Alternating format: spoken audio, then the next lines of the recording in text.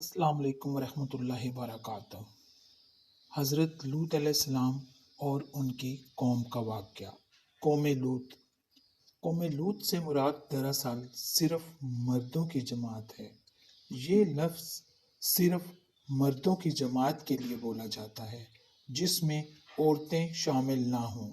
لوط سے مراد حضرت لوط علیہ السلام ہیں اور یہ لفظ اس میں علم ہے۔ اس کے معنی کسی چیز سے محبت میں پیوست ہو جانا، کسی چیز کی محبت آپ کے دل میں پیوست ہو جانا۔ حضرت لوط علیہ السلام ایک نبی کا نام ہے جس کا ذکر قرآن پاک میں اور بائبل کی کتاب میں بھی آیا ہے۔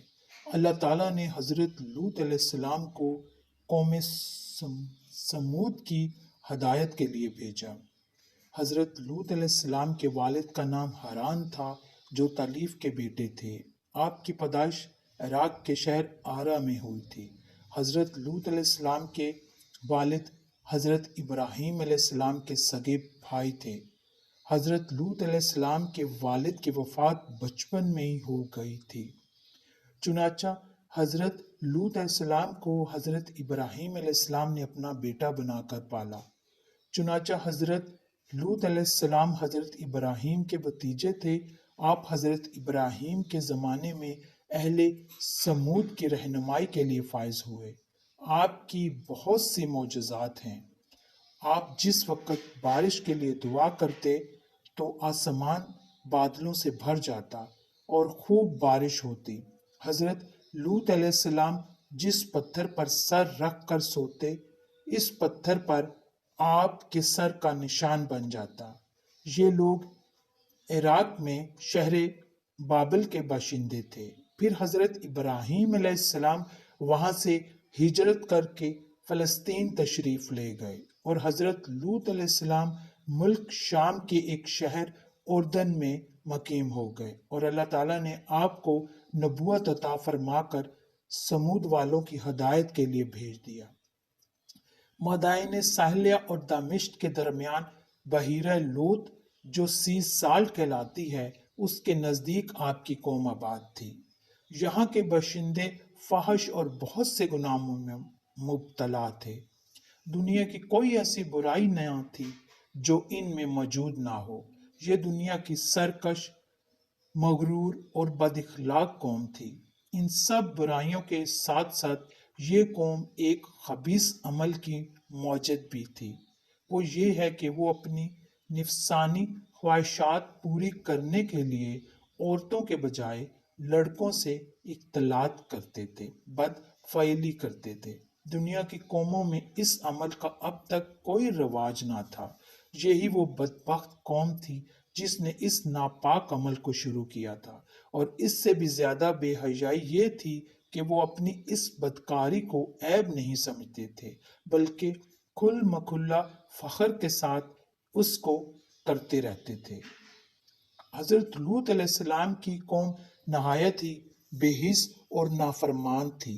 شہر سدوم کی بستیاں بہت ہی آباد، نہایت سرسبز شاداب تھی اور وہاں طرح طرح کے اناج اور قسم قسم کے پھل اور میوے بکثرت پیدا ہوتے تھے۔ شہر کی خوشحالی کی وجہ سے اکثر جا بجا کے لوگ مہمان بن کر ان بستیوں میں آیا کرتے تھے اور شہر کے لوگوں کو ان مہمانوں کی مہمان نوازی کا بار اٹھانا پڑتا تھا۔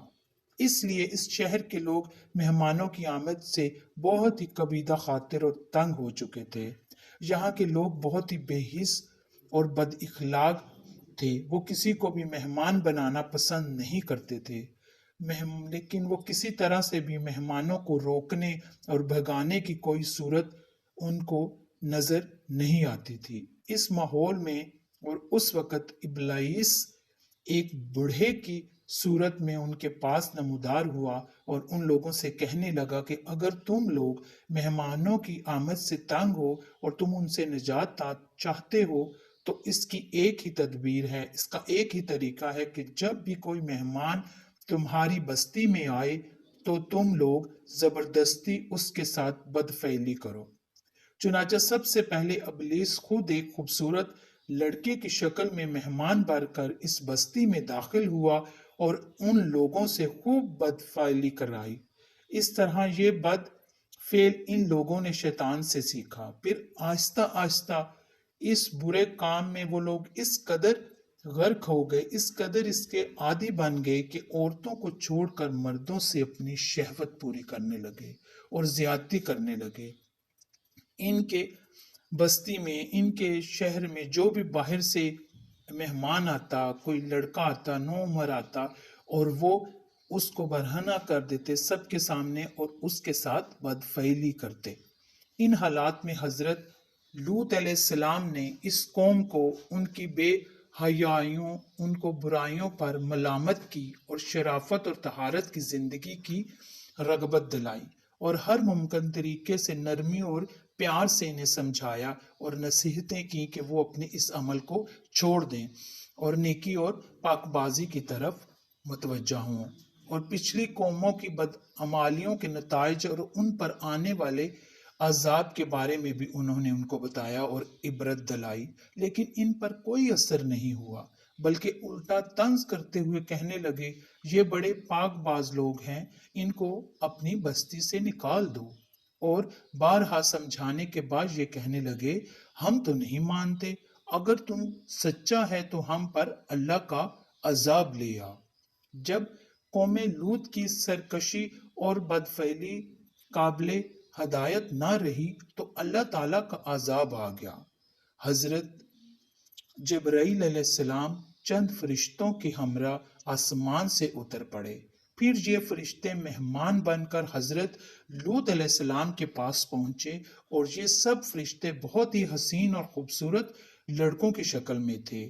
ان مہمانوں کے حسن جمال کو دیکھ کر ان کی قوم ان کے ساتھ بدکاری کرنے کی خواہش مند ہوئی اور حضرت لوط علیہ السلام کے گھر کی طرف روانہ ہو گئی۔ حضرت لوط علیہ السلام بہت ہی فکر مند ہوئے۔ تھوڑی دیر بعد قوم کے بدفعلوں نے حضرت لوط علیہ السلام کے گھر کا محاصرہ کر لیا اور ان مہمانوں کے ساتھ بدفعلی کے ارادے سے دیوار پر چڑھنے لگے۔ حضرت لوط علیہ السلام نے نہایت دل سوزی کے ساتھ ان لوگوں کو سمجھانا اور اس برے کام سے منع کرنا شروع کر دیا، مگر یہ بد فعل اور سرکش قوم اپنے بیہودہ جواب اور برے اقدام سے باز نہ آئی، تو آپ اپنی تنہائی اور مہمانوں کے سامنے رسوائی سے تنگ دل ہو کر غمگین اور رنجیدہ ہو گئے۔ یہ منظر دیکھ کر حضرت جبرائیل علیہ السلام نے فرمایا، اے اللہ ذوالجلال کے نبی، آپ بالکل کوئی فکر نہ کریں، ہم لوگ اللہ تعالیٰ کے بھیجے ہوئے فرشتے ہیں جو ان بدکاروں پر عذاب لے کر اترے ہیں، لہٰذا آپ مومنین اور اپنے اہل عیال کو ساتھ لے کر صبح ہونے سے قبل ہی اس بستی سے دور نکل جائیں، اور خبردار کوئی شخص پیچھے مڑ کر اس بستی کی طرف نہ دیکھے، ورنہ وہ بھی اس عذاب میں گرفتار ہو جائے گا۔ چنانچہ حضرت لوط علیہ السلام اپنے گھر والوں اور مومنین کو اپنے ہمراہ لے کر بستی سے باہر نکل گئے۔ پھر حضرت جبرائیل علیہ السلام اس شہر کی 5 بستیوں کو اپنے پروں پر اٹھا کر آسمان کی طرف بلند کرتے ہوئے کچھ اوپر جا کر ان بستیوں کو الٹ دیا، اور یہ آبادیاں زمین پر گر کر چکنا چور ہو کر زمین پر بکھر گئیں۔ پھر کنکر کے پتھروں کا مینا برسا اور اس زور سے سنگ باری ہوئی کہ قوم لوط کے تمام لوگ مر گئے اور ان کی لاشیں بھی ٹکڑے ٹکڑے ہو کر بکھر گئیں۔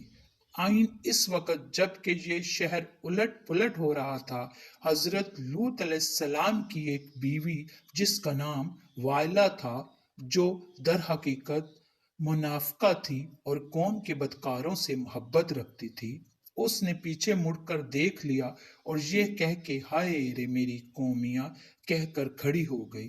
پھر عذاب الہی کا ایک پتھر اس کے اوپر بھی گر پڑا اور وہ بھی ہلاک ہو گئی۔ قوم سمود کے اجسام دریائے مراد یعنی کہ ڈیڈ سی میں پائے گئے تھے۔ اس دریا کی خاصیت تھی کہ اس میں نمک کی مقدار اتنی زیادہ ہے کہ اگر کوئی بھاری آدمی اس پر لیٹ جائے تو وہ ڈوبے گا نہیں، اور فرعون بھی اسی دریا میں غرق ہوا تھا۔